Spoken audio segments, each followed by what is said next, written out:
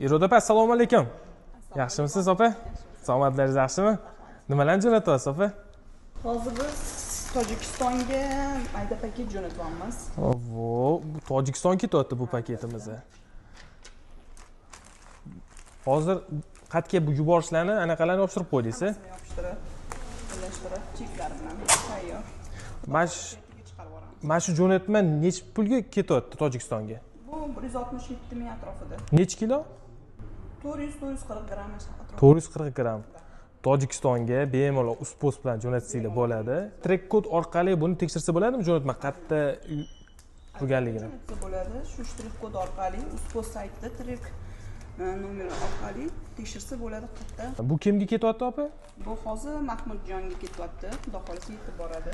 Mahmudjon aka, uspostdan sizni jo'natmangiz ketmoqda. Tez orada yetib boradi.